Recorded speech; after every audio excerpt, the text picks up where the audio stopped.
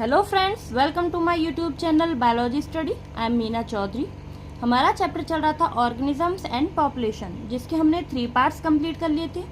तो जो last video था उसमें हमने देखा था मेजर एबायोटिक फैक्टर्स। तो जो मेजर एबायोटिक फैक्टर्स हैं वो क्या क्या थे? Temperature, light, soil, air. ठीक है, तो आज हम देखने वाले हैं हमारे इस वीडियो के अंदर रिस्पॉन्सेज टू एबायोटिक फैक्टर। तो इसके अंदर हमें पढ़ना है कि जो लिविंग ऑर्गेनिजम्स होते हैं वो एबायोटिक फैक्टर्स के लिए कैसे रिस्पॉन्स करते हैं। ठीक है, यानी कि अपने आप को वो कैसे चेंज करते हैं या फिर कांस्टेंट रहते हैं, वो सब हम इसमें पढ़ने वाले हैं कि वो कैसे रिस्पॉन्स कर रहे हैं। फॉर एग्जाम्पल कि जैसे किसी हैबिटेट का जो टेम्परेचर है ना वो नॉर्मल है। ठीक है, अगर अचानक से बाई चांस क्या होता है, उस हैबिटेट का जो टेम्परेचर है वो बहुत ज़्यादा बढ़ जाएगा या फिर डिक्रीज हो जाएगा, तो फिर क्या होगा, जो लिविंग ऑर्गेनिजम्स उस हैबिटेट में रह रहे हैं वो उस टेम्परेचर के लिए कैसे रिस्पॉन्स करेंगे। ठीक है, तो वो हम इसमें देखने वाले हैं। Having realized that the abiotic conditions of many habitat may vary drastically in time, we now ask how do the organism living in such habitat cope or manage with stressful conditions। तो हम ये realise करते हैं कि ऐसे कई से habitats होते हैं जहाँ पे जो एबायोटिक कंडीशंस या फिर जो एनवायरनमेंट है वो टाइम के साथ चेंज हो जाता है। ठीक है, टाइम टू टाइम चेंज होता रहता है, जिसकी वजह से वहाँ पे क्या आ जाती हैं, स्ट्रेसफुल कंडीशंस आ जाती हैं। स्ट्रेसफुल कंडीशन का क्या मतलब है, कोई मुश्किल जो कंडीशन है या फिर हार्श कंडीशन है वो आ जाती है। तो उनमें क्या होते हैं, जो कुछ लिविंग ऑर्गेनिजम्स होते हैं ना वो वहाँ पे जिंदा रह पाते हैं। ठीक है, तो वो कैसे हो पाता है वो अब देखते हैं कि कैसे वो जो लिविंग ऑर्गेनिजम्स है उस हैबिटेट को कोप कर रहा है, मैनेज कर रहा है। ठीक है, but before attempting to answer this question we should perhaps ask first why a highly variable external environment should bother organisms after all. लेकिन इस क्वेश्चन का आंसर ढूंढने से पहले हम ये देखेंगे कि जब एक्सटर्नल एनवायरनमेंट में बहुत ज़्यादा चेंजेस आ जाते हैं, यानी कि जो अपना आउटर एनवायरनमेंट है उसमें बहुत चेंजेस आते हैं, तो उसकी वजह से जो लिविंग ऑर्गेनिजम्स हैं वो क्यों डिस्टर्ब हो जाते हैं, ऐसा क्या प्रॉब्लम होती है उनको कि उनमें डिस्टर्बेंस हो जाती है। One would expect that during the course of millions of years of their existence, many species would have evolved a relatively constant internal within the body environment that permit all biochemical reactions and physiological function to pursue the maximum efficiency and thus enhance the overall fitness of the species। तो millions of years से क्या हो रहा है कि बहुत सी जो species है ना उनमें क्या होता है, वो अपने जो इंटरनल टेम्परेचर है, इंटरनल टेम्परेचर यानी कि उनकी जो बॉडी के अंदर का टेम्परेचर है वो कांस्टेंट रख पाते हैं वो। ठीक है, जिससे क्या होता है, जो इन्वायरमेंटल जो कंडीशंस हैं या फिर जो इन्वायरमेंटल स्ट्रेसेस हैं वो उनको हार्म नहीं कर पाते। तो जब वो अपना इंटरनल टेम्परेचर या फिर इंटरनल जो इन्वायरमेंट है उसको कांस्टेंट रखेंगे तो जो बाहर का आउटर इन्वायरमेंट है वो उसको इफेक्ट नहीं कर सकता है। वो क्यों? क्योंकि उसमें जो कुछ फिजियोलॉजिकल रिएक्शंस चल रही होती हैं, कुछ बायोकेमिकल रिएक्शंस चल रही होती हैं उनकी बॉडी के अंदर। तो फिजियोलॉजी का क्या मतलब है कि जो बॉडी के अंदर जो रिएक्शंस हो रही हैं, जो काम हो रहा है, उसको हम लोग बोलते हैं फिजियोलॉजी। तो बायोकेमिकल रिएक्शंस कौन सी होती हैं, जैसे कि हमारे अंदर रेस्पिरेटरी प्रोसेसेस होती हैं, डाइजेस्टिव प्रोसेस हैं, एक्सक्रिएटरी प्रोसेस हैं, ये सब जो प्रोसेस होती हैं उनको हम बोलते हैं बायोकेमिकल रिएक्शंस होना। ठीक है, ऐसी जो फिजियोलॉजिकल फंक्शंस हैं उसका क्या मतलब है कि जो भी प्रोसेस होती है हमारी बॉडी के अंदर वो काम करने के लिए, जैसे हमारी बॉडी कुछ काम कर रही है, वो सब होती है हमारी फिजियोलॉजी। ठीक है, तो जब ये प्रोसेस है बायोकेमिकल रिएक्शन एंड फिजियोलॉजिकल जो फंक्शंस है वो नॉर्मली प्रॉपरली इफेक्टिवली होते रहते हैं, तो क्या होगा, जो बॉडी की, जो ह्यूमन बींग्स की मान लो हम अपने ऊपर ले रहे हैं, तो हमारी जो ओवरऑल फिटनेस है ना वो इनहेंस होगी, वो बढ़ेगी। ठीक है, वो बेटर होगी। तो जो फिटनेस है वो यहाँ पे क्या मतलब है फिटनेस का, कि ऑर्गेनिजम्स की एबिलिटी होती है सर्वाइव करने की और रिप्रोड्यूस करने की किसी भी इन्वायरमेंट में, उसको हम बोलते हैं फिटनेस। ठीक है, यानी कि वो ऑर्गेनिज्म क्या है, प्रॉपरली फिट है उस एनवायरनमेंट के लिए, क्योंकि वो वहाँ पे ग्रो भी कर रहा है, सर्वाइव भी कर रहा है और रिप्रोड्यूस भी कर रहा है। तो ये जो ऑर्गेनिजम्स की फिटनेस है ये कभी कभी इफेक्ट हो जाती है, क्योंकि क्या होता है, जो ऑर्गेनिजम्स है ना उसकी फिजियोलॉजी पे कभी फर्क पड़ता है अगर आउटर टेम्परेचर चेंज होता रहता है, क्योंकि जो बॉडी के अंदर प्रोसेस होती है ना वो पर्टिकुलर टेम्परेचर और पीएच पे ही होती है। ठीक है, अगर आउटर इन्वायरमेंट में चेंजेस होंगे तो उससे हमारी बॉडी पे भी फर्क पड़ जाता है। ठीक है, तो इसीलिए क्या होता है कि जो फिटनेस है वो अफेक्ट भी हो सकती है। This constancy, for example, could be in term of optimal temperature and osmotic concentration of body fluids. तो ये जो हमारी बॉडी की कॉन्स्टेंसी है, ठीक है, कि हमारा जो बॉडी का टेम्परेचर है वो, जैसे हमारे ह्यूमन बींग्स में हमारा बॉडी टेम्परेचर होता है 37 डिग्री सेल्सियस, ठीक है, तो वो हमारा मेंटेन रहता है, ठीक है, क्योंकि हमें क्या होता है, जो ऑप्टिमल टेम्परेचर ऑस्मोटिक कंसंट्रेशन है हमारी बॉडी फ्लूइड्स की, वो भी कांस्टेंट है। क्योंकि ऑप्टिमल टेम्परेचर का क्या मतलब है, जो हमारा कांस्टेंट टेम्परेचर, यानी कि जो चेंज नहीं होता है, ठीक है। और हमने जैसे लास्ट वीडियो में देखा था ऑस्मोटिक कंसंट्रेशन है ना, वो भी हमारी कांस्टेंट रहती है, ठीक है, ह्यूमन बीइंग्स के अंदर।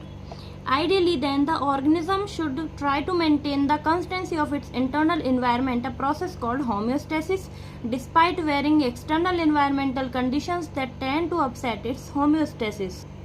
तो ये जो ऑर्गेनिज्म के अंदर जो ऑप्टिमल टेम्परेचर और कांस्टेंट जो ऑस्मोटिक कंसंट्रेशन है, वो किसकी वजह से होता है, होम्योस्टेसिस प्रोसेस की वजह से। ये जो प्रोसेस है ये कैसी होती है कि बाहर से चाहे कैसा भी टेम्परेचर हो, हमारी बॉडी का जो इंटरनल एनवायरनमेंट है, जो टेम्परेचर है, वो हमेशा कांस्टेंट रहता है। इसको हम लोग बोलते हैं होम्योस्टेसिस, ठीक है। डिस्पाइट का क्या मतलब है, अगर इसके अलावा भी अगर एक्सटर्नल जो इन्वायरमेंटल कंडीशंस हैं वो चेंज होती रहती हैं, तो उसकी वजह से हमारी जो होम्योस्टेसिस प्रोसेस है वो भी अपसेट हो जाती है, उसमें भी प्रॉब्लम आ जाती है, ठीक है। Let us take an analogy to clarify this important concept. Suppose a person is able to perform his her best when the temperature is 25 degree Celsius and wishes to maintain it so even when it is scorchingly hot और freezingly cold outside. तो हम एक example लेते हैं जो ये process है उसको क्लैरिफाई करने के लिए। जैसे अगर आउटर इन्वायरमेंटल जो टेम्परेचर है वो है 25 डिग्री सेल्सियस, तो इस कंडीशन में जो ह्यूमन बींग्स हैं वो क्या करते हैं, अपना जो बॉडी टेम्परेचर है 37 डिग्री सेल्सियस उसको मेंटेन करने की कोशिश करते हैं। वो कैसे, शिवरिंग करते हैं। शिवरिंग मतलब कांपना।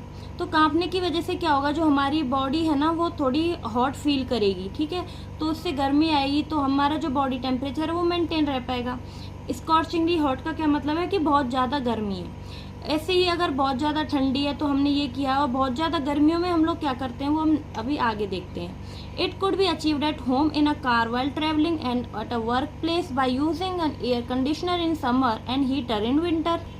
तो ये जो हमारा इंटरनल बॉडी टेम्परेचर है उसको हम लोग अपने घर पे ट्रैवलिंग के टाइम भी क्या कर सकते हैं, मेंटेन कर सकते हैं। कैसे, जैसे कि हम लोग यूज़ करते हैं एसी का, एयर कंडीशनर का गर्मियों के टाइम पे, और विंटर में हम किसका यूज़ करेंगे, हीटर का, ठीक है, जिससे हमारा जो बॉडी टेम्परेचर है वो मेंटेन रहता है।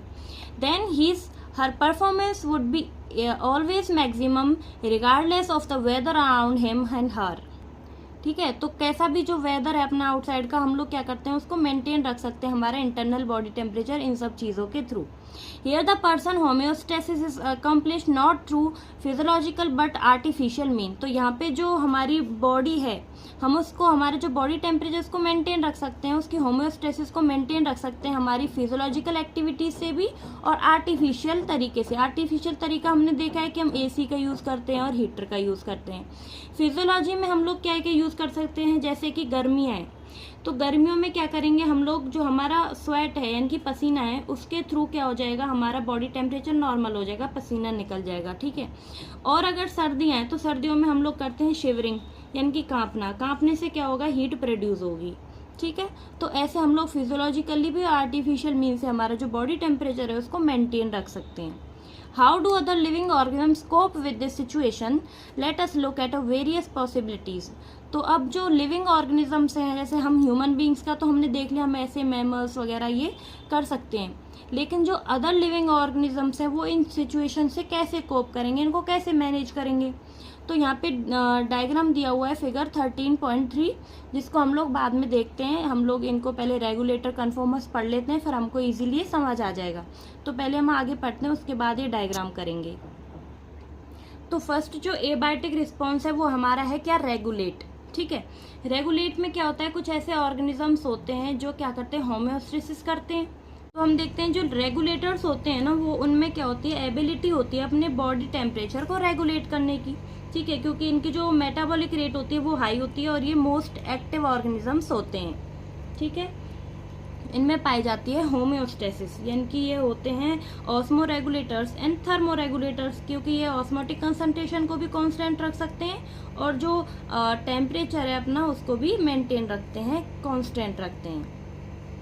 Some organisms are able to maintain homeostasis by physiological, sometimes behavioral also means, which ensure constant body temperature, constant osmotic concentration etc. तो कुछ ऑर्गेनिजम्स होते हैं जो क्या करते हैं, होम्योस्टेसिस करते हैं. ठीक है, जिससे क्या होता है, फिजियोलॉजिकल और जो बिहेवियरल तरीके से उस अपने जो बॉडी टेम्परेचर है उसको कांस्टेंट रख सकते हैं. ठीक है, तो इससे क्या होगा, जो अंदर का बॉडी टेम्परेचर है वो कांस्टेंट रहेगा और जो ऑस्मोटिक कंसंट्रेशन है वो भी कांस्टेंट बनी रहेगी ऑर्गेनिजम्स के अंदर. All birds and mammals and a very few lower vertebrate and invertebrate species are indeed capable of such regulation, thermoregulation and osmoregulation. तो मेन जो रेगुलेटर्स हैं वो क्या हैं, बर्ड्स एंड मैमल्स. ये क्या कर सकते हैं, अपना जो इंटरनल बॉडी टेम्परेचर है उसको कांस्टेंट रख सकते हैं. ठीक है, उसको मेंटेन रख सकते हैं. लेकिन ये कुछ ही ऑर्गेनिजम्स कर सकते हैं, जैसे कि बर्ड्स एंड मैमल्स. बाकी जो ऑर्गेनिजम्स हैं वो ऐसा नहीं कर पाते. तो इससे क्या करते हैं ये लोग, रेगुलेटर्स क्या करते हैं, अपना थर्मोरेगुलेशन और ऑस्मोरेगुलेशन प्रोसेस को मेंटेन रखते हैं, यानी कि अपने ऑस्मोटिक जो कंसंट्रेशन है उसको भी कांस्टेंट रखेंगे और जो इंटरनल बॉडी टेम्परेचर है थर्मोरेगुलेशन उसको भी कांस्टेंट रखेंगे. Evolutionary biologists believe that the success of mammals is largely due to their ability to maintain a constant body temperature and thrive whether they live in Antarctica or in the Sahara Desert. तो evolutionary biologist क्या होते हैं कि जो वो biologist जो कि evolution की स्टडी करते हैं. तो जो इवोल्यूशनरी बायोलॉजिस्ट हैं उनका मानना है कि ये जो मैमल्स एंड बर्ड्स हैं वो इतने सक्सेसफुल क्यों हैं, ये अपना जो बॉडी टेम्परेचर है उनको कैसे मेंटेन कर पाते हैं. ठीक है, और वो कैसे ग्रो करते हैं. थ्राइव का क्या मतलब है, ग्रो एंड डेवलपमेंट. ठीक है, तो वो कैसे ग्रो एंड डेवलपमेंट कर पाते हैं अपने किसी भी इन्वायरमेंट में. क्योंकि आपने देखा होगा ज़्यादातर जो मैमल्स हैं, हम जो अपना एग्जांपल लेते हैं ह्यूमन बींग्स का, वो क्या है, ह्यूमन बींग्स ज़्यादातर हर एरिया में पाए जाते हैं, चाहे वो ठंडे इलाके हों चाहे वो गर्म इलाके हों. ठीक है, चाहे जैसे वो एंटार्क्टिका है जहाँ पे बर्फ़ पड़ती हो, चाहे वो सहारा डेजर्ट हो जहाँ पे बहुत गर्मी पड़ती हो, उन कंडीशंस में भी जो ह्यूमन बींग्स हैं या फिर मैमल्स हैं वो पाए जाते हैं. तो वो इतने सक्सेसफुल क्यों हैं, उनका क्या रीज़न है कि वो अपना बॉडी टेम्परेचर कांस्टेंट रख सकते हैं. ठीक है, चाहे गर्मी हो चाहे सर्दी हो. The mechanism used by most mammals to regulate their body temperature are similar to ones that we humans use. तो ये जो मैमल्स हैं, मोस्टली जो मैमल्स हैं वो अपना जो बॉडी टेम्परेचर है उसको कैसे रेगुलेट कर सकते हैं, क्योंकि जैसे हम लोग ह्यूमन बींग्स जो मैकेनिज्म यूज़ करते हैं, मोस्ट मैमल्स भी वही मैकेनिज्म यूज़ करते हैं अपना बॉडी टेम्परेचर रेगुलेट करने के लिए. We maintain a constant body temperature of 37 degree Celsius.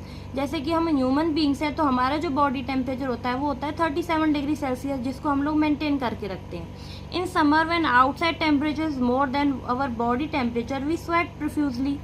तो अब क्या होता है समर्स में, यानी कि गर्मियों में क्या होगा, जो आउटर टेम्परेचर होता है वो हमारी बॉडी टेम्परेचर से बहुत ज़्यादा होता है, यानी कि हमारा बॉडी टेम्परेचर 37 डिग्री सेल्सियस है, लेकिन जो आउटर टेम्परेचर है वो 45 डिग्री तक पहुंच जाता है. ठीक है, तो अब उसको हम लोग कैसे मेंटेन करते हैं, क्योंकि हम क्या करते हैं, स्वेट करते हैं. स्वेट मतलब पसीना निकालते हैं.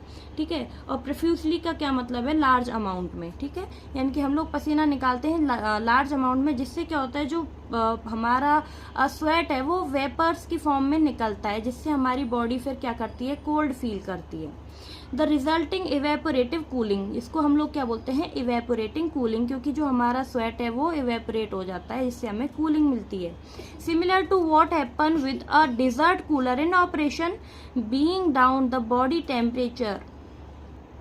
जैसा कि जो डेजर्ट्स हैं वहाँ पे भी क्या होता है, कूलर्स का यूज़ किया जाता है, डेजर्ट कूलर्स का. In winter, when the temperature is much lower than 37 degrees Celsius, we start to shiver, a kind of exercise which produce heat and raise the body temperature. तो अब जब सर्दियाँ आती हैं, विंटर आते हैं, तो हमारा जो बॉडी टेम्परेचर हो वो तो 37 डिग्री सेल्सियस रहता है, लेकिन जो आउटर इन्वायरमेंटल, जो एक्सटर्नल इन्वायरमेंटल टेम्परेचर है वो कितना हो जाता है, 37 डिग्री सेल्सियस से बहुत कम हो जाता है. तो उस कंडीशन में हमारी बॉडी क्या करती है, शिवर स्टार्ट कर देती है. शिवर मतलब कांपना स्टार्ट करती है, जिसकी वजह से हीट प्रोड्यूस होती है, जिससे हमारा जो बॉडी टेम्परेचर है वो इंक्रीज होता है. Plants on other hand do not have such mechanism to maintain internal temperature. लेकिन जो प्लांट्स हैं उनमें ऐसा कोई मैकेनिज्म नहीं पाया जाता है जिससे वो अपना इंटरनल जो टेम्परेचर है उसको मेंटेन रख सकें। तो उस कंडीशन में क्या होता है, वो कहलाते हैं कन्फर्मर्स। ठीक है, क्योंकि जो कन्फर्मर्स होते हैं ना, उनका जो इंटरनल एनवायरनमेंट होता है वो काफ़ी ज़्यादा डिपेंड करता है आउटसाइड जो एक्सटर्नल एनवायरनमेंट है उसके ऊपर, क्योंकि इनमें होम्योस्टेसिस की एबिलिटी नहीं पा जाती, क्योंकि अपना जो बॉडी टेम्परेचर है उसको मेंटेन नहीं कर पाते हैं। क्योंकि अगर बाहर का जो आउटर एक्सटर्नल एनवायरमेंटल टेम्परेचर है वो बढ़ेगा तो इनकी बॉडी का टेम्परेचर भी बढ़ेगा।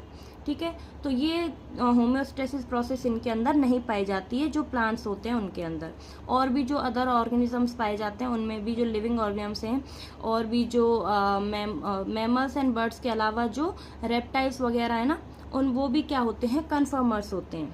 An overwhelming majority, 99% of animals and nearly all plants cannot maintain a constant internal environment. तो जो 99% एनिमल्स एंड प्लांट्स है ना, वो अपना जो इंटरनल एनवायरमेंटल टेम्परेचर है उसको कांस्टेंट नहीं रख पाते हैं, उनमें होम्योस्टेसिस नहीं पाई जाती हैं। ठीक है, बर्ड्स एंड मैमल्स को छोड़कर। Their body temperature changes with the ambient temperature. तो उनका जो बॉडी टेम्परेचर है वो चेंज होता रहता है एम्बियंट टेम्परेचर से, यानी कि जो आसपास का उनका टेम्परेचर है उसके अगर वो चेंज होगा तो उनका बॉडी टेम्परेचर भी उसके साथ ही चेंज हो जाएगा। In aquatic animals the osmotic concentration of body fluids changes with that of ambient water osmotic concentration. तो जो एक्वेटिक एनिमल्स हैं, एक्वेटिक एनिमल्स का भी जो पानी है ना उनके ऊपर डिपेंड करेगा कि जो बॉडी फ्लूइड्स की कंसंट्रेशन है वो आसपास का जो उनके पानी प्रेजेंट है उसकी कंसंट्रेशन क्या है। ठीक है, अगर उनकी जो ऑस्मोटिक कंसंट्रेशन चेंज होगी तो जो बॉडी फ्लूइड्स हैं एक्वेटिक एनिमल्स का उसकी कंसंट्रेशन भी चेंज हो जाएगी। These animals and plants are simply conformers. तो इन एनिमल्स और प्लांट्स को हम लोग बोलते हैं कन्फर्मर्स, क्योंकि ये क्या अपना जो बॉडी टेम्परेचर है उसको मेंटेन नहीं कर सकते हैं। Considering the benefits of a constant internal environment to the organism, we must ask why these conformers had not evolve to become regulators.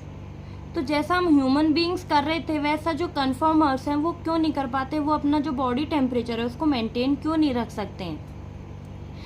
Recall the human analogy we used above much as like how many people can really afford as air conditioner।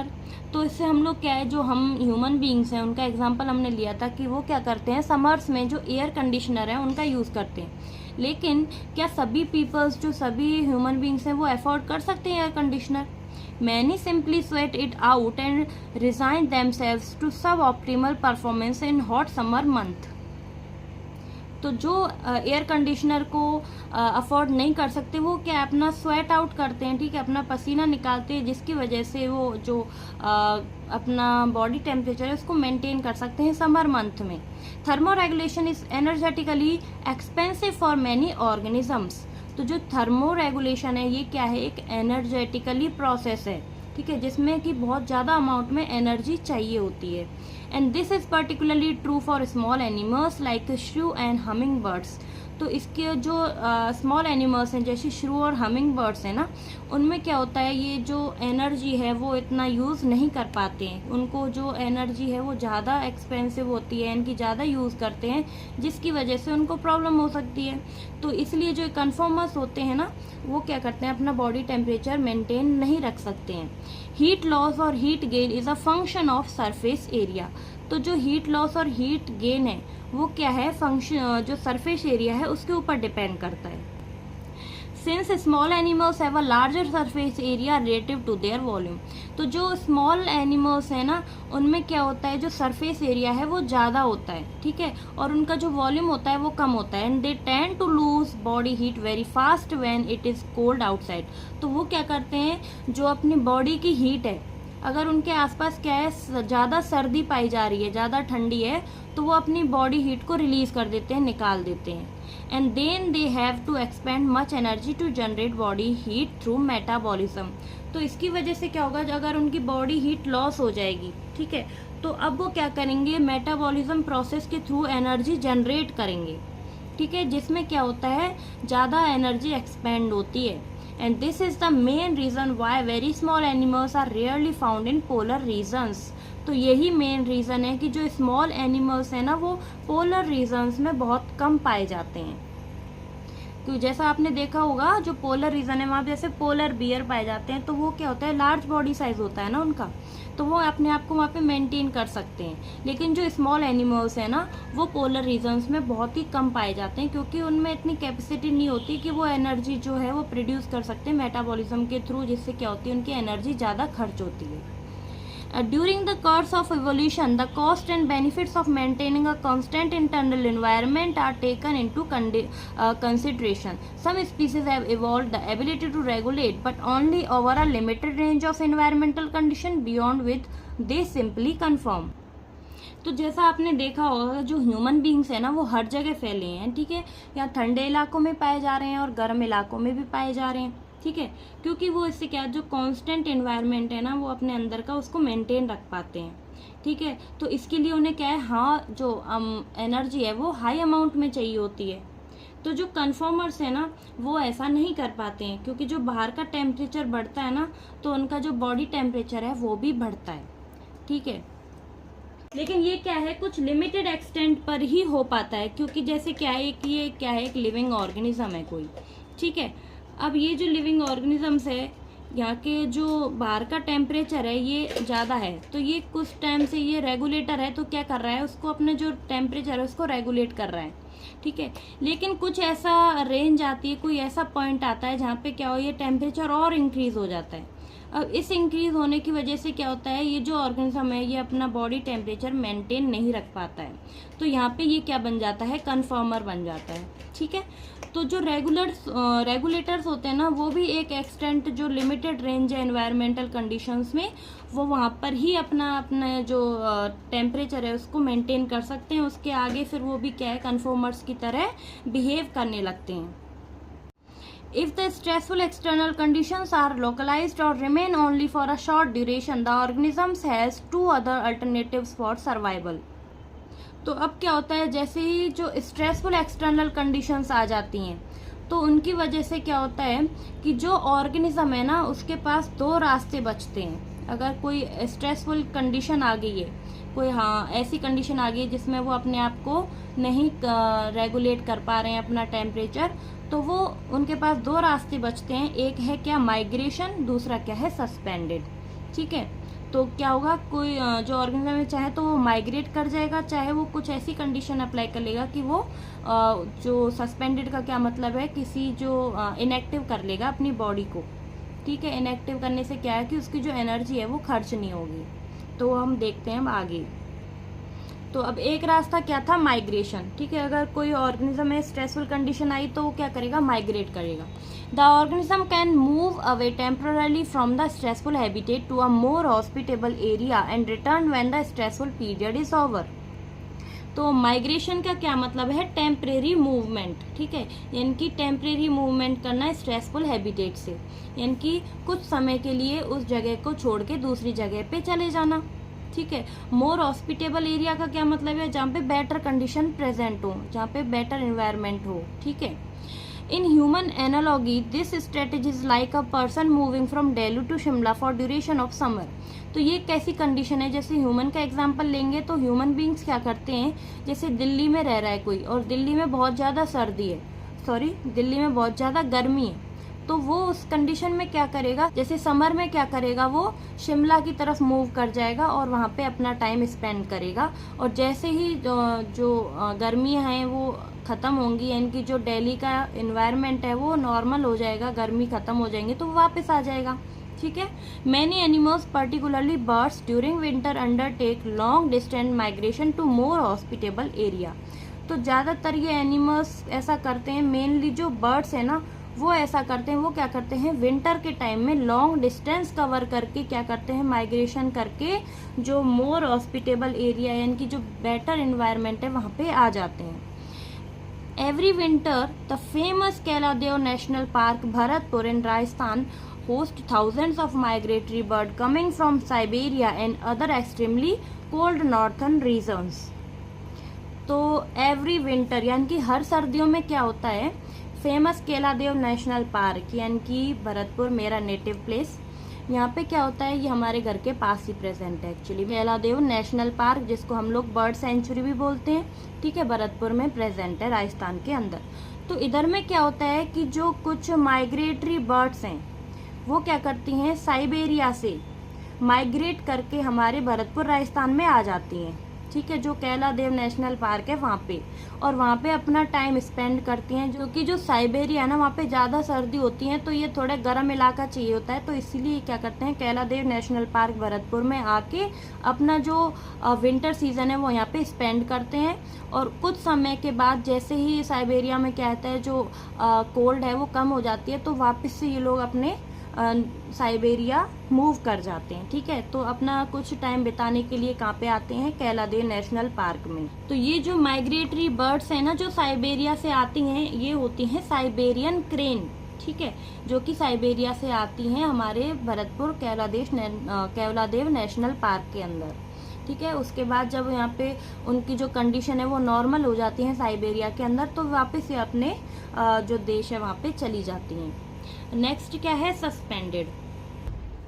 तो suspend का क्या मतलब है कि ये क्या करते हैं, अपनी जो एक्टिविटी है ना उसको क्या करते हैं, रोक देते हैं अनफेवरेबल कंडीशंस में। क्योंकि अगर वो एक्टिविटी को अपनी को रोक देंगे तो जिससे उनकी मेटाबॉलिक एक्टिविटीज़ हैं वो भी नहीं हो पाएंगी, तो उनकी जो एनर्जी है वो भी स्पेंड नहीं होगी, ख़त्म नहीं होगी, खर्च नहीं होगी, ठीक है। In bacteria, fungi and lower plants, various kind of thick-walled spores are formed which help them to survive unfavorable conditions. These germinate on availability of suitable environment. तो अब क्या होता है, जैसे कि बहुत से bacteria, fungi and lower plants होते हैं, वो क्या करते हैं, अपने ऊपर क्या बना लेते हैं, एक थिक वॉल्ड स्पोर्स का फॉर्मेशन कर लेते हैं, ठीक है। और उसको क्या करें, जब कोई फेवरेबल कंडीशंस आती है ना, तब वो जर्मिनेट कर जाते हैं और न्यू जो ऑर्गेनिज्म है वो बना लेते हैं। जैसे कि एग्जाम्पल लेते हैं बैक्टीरिया का, ये क्या है, एक बैक्टीरिया है, ठीक है। बैक्टीरिया के ऊपर ये पाई जा रही है सेल वॉल, ये इसका DNA है। अब क्या करेगा, ये जो DNA है इसको डिवाइड करेगा, तो ये DNA डिवाइड होके क्या बन जाएगा, डबल। ये इसका पहला DNA, ये डिवाइड होके बन गया। अब ये जो DNA अंदर प्रेजेंट है, इसको मैं यहाँ पे निकाल देती हूँ। इसके ऊपर ये क्या बना लेते हैं, एक वॉल बना लेते हैं, ठीक है। तो इसको क्या है, इसके ऊपर बहुत सी लेयर्स बना लेंगे। अब ये जो लेयर्स हैं, ठीक है, इसको हम लोग बोल देते हैं स्पोर, ठीक है। और ये इसके ऊपर क्या बन गई, थिक वॉल। तो ये क्या हुआ, थिक वॉल बना ली इन्होंने। तो अब क्या हुआ, जब टेम्परेचर बहुत ज़्यादा बढ़ गया है या फिर बहुत ज़्यादा घट गया है, तो जो ये बैक्टीरिया हैं ये बना लेते हैं स्पोर्स, ठीक है, स्पोर्स का फॉर्मेशन करते हैं। अब जब क्या होगा, ये तो इन्होंने किया था अनफेवरेबल कंडीशंस में। अब जैसे ही फेवरेबल कंडीशंस आती हैं, यानी कि जो ये चाहते हैं ऐसी कंडीशंस आ जाती हैं, नॉर्मल कंडीशन आ जाती हैं, तब क्या होता है कि ये जो बैक्टीरिया स्पोर्स है, ये स्पोर्स क्या है, एक बैक्टीरिया प्रोड्यूस कर देता है, एक न्यू जो ऑर्गेनिज्म है वो बन के तैयार हो जाता है, ठीक है, जर्मिनेट हो जाता है। तो यही है कि इन्होंने अनफेवरेबल कंडीशंस में क्या किया, थिक वॉल्ड स्पोर्स का फॉर्मेशन कर लिया, ठीक है, जिससे क्या होगा, इसको जो एनवायरमेंटल कंडीशन है वो इसको हार्म नहीं कर पाएंगी, ठीक है। और जब फेवरेबल कंडीशन आएंगी तो ये जर्मिनेट होकर न्यू जो ऑर्गेनिज्म है वो बना लेगा। In higher plants, seeds and some other vegetative reproductive structures serve as a means to tide over period of stress. Beside helping in dispersal, they germinate to form new plants under favorable moisture and temperature conditions. They do so by reducing their metabolic activity and going into a state of dormancy. तो अब जो higher plants हैं, ठीक है, उनमें क्या होता है, सीड्स एंड वेजिटेटिव स्ट्रक्चर्स पाई जाती हैं। वेजिटेटिव स्ट्रक्चर कौन सी होती हैं, जैसे रूट, स्टेम, लीव्स, ठीक है। तो ये कुछ स्ट्रक्चर्स होती हैं जिनकी हेल्प से ये क्या करते हैं, उस कंडीशन को टॉलरेट कर पाते हैं। तो अब जैसे सीड है, सीड में क्या होगा कि जब इसको अनफेवरेबल कंडीशंस आएंगी तो ये थोड़ा ड्राई जैसा हो जाएगा, ठीक है, और ये थोड़ा ऐसे ही डोरमेंसी टाइप जो कंडीशन है उसमें पड़ा रहेगा। लेकिन जैसे ही इसको मॉइस्चर या फिर जो नॉर्मल टेम्परेचर कंडीशंस मिलती हैं, फेवरेबल कंडीशंस मिलती हैं, तो इसको जैसे ही मॉइस्चर मिलेगा तो ये जर्मिनेट कर जाएगा, ठीक है। तो ऐसे ये क्या करते हैं, जो हायर प्लांट्स हैं ये भी अपने आप को ऐसे इन कंडीशंस में ढाल पाते हैं, ठीक है। In animals, the organism, if unable to migrate, might avoid the stress by escaping in time. अब जो एनिमल्स हैं उनमें क्या होता है, ये जो माइग्रेट नहीं कर पाते हैं तो ये क्या करते हैं, अपना जो स्ट्रेस है उसको अवॉइड करने के लिए अपना टाइम को स्केप कर देते हैं। कैसे? The familiar case of bears going into hibernation during winter is an example of escape in time. तो अब जब क्या होता है कि हाइबरनेशन जो प्रोसेस है वो होती है विंटर के टाइम और एस्टिवेशन प्रोसेस होती है समर के टाइम। तो एनिमल्स जो हैं वो अपनी अनफेवरेबल कंडीशन से कैसे डील करते हैं, दो कंडीशंस में। एक तो होती है हाइबरनेशन। हाइबरनेशन में क्या होता है, इस हाइबरनेशन को हम लोग बोलते हैं विंटर स्लीप, ठीक है। और जो एस्टिवेशन है इसको हम लोग बोलते हैं समर स्लीप। तो जो एनिमल्स हैं वो सर्दियों से बचने के लिए विंटर स्लीप करते हैं और गर्मियों से बचने के लिए क्या करते हैं, समर स्लीप करते हैं।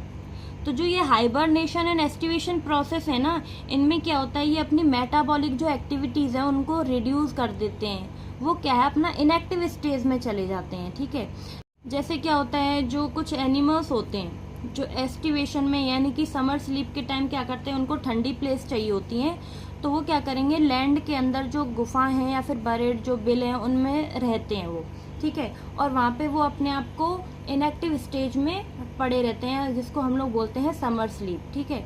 उसमें क्या होगा, जैसे ही उनको फिर कंडीशन नॉर्मल मिलेंगी, फेवरेबल कंडीशंस मिलेंगी, तो वो उन बिलों से बाहर आ जाएंगे, ठीक है। तो ऐसे ही अपने आप को छुपा लेते हैं बिलों के अंदर समर स्लीप के टाइम।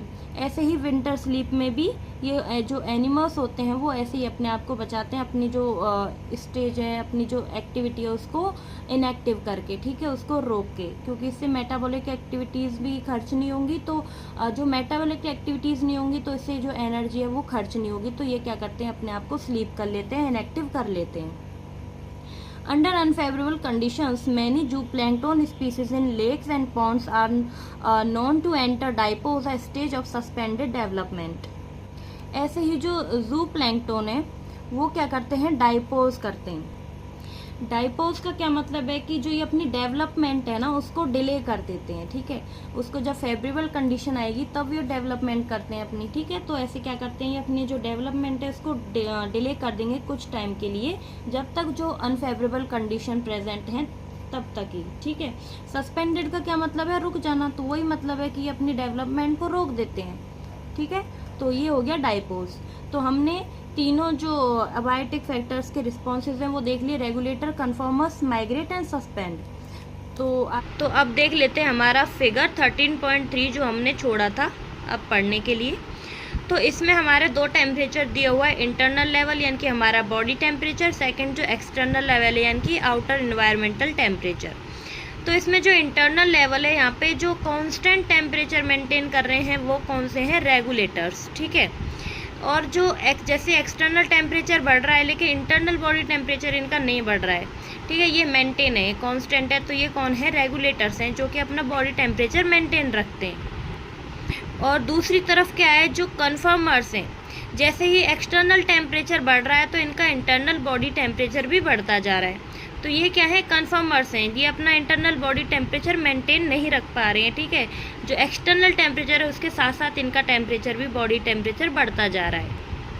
एंड थर्ड है इसमें पार्शियल रेगुलेटर्स। जो ये पार्शियल रेगुलेटर्स हैं ये क्या करते हैं, जैसे ही एक्सटर्नल इन्वायरमेंटल टेम्परेचर बढ़ता है तो फिर ये लोग क्या करते हैं, अपना बॉडी टेम्परेचर भी बढ़ाते रहते हैं। लेकिन कुछ टाइम के बाद कोई ऐसा पॉइंट आता है जब ये क्या करते हैं, अपना बॉडी टेम्परेचर मेंटेन कर लेते हैं, ऐसा बिहेव करते हैं रेगुलेटर्स की तरह, ठीक है।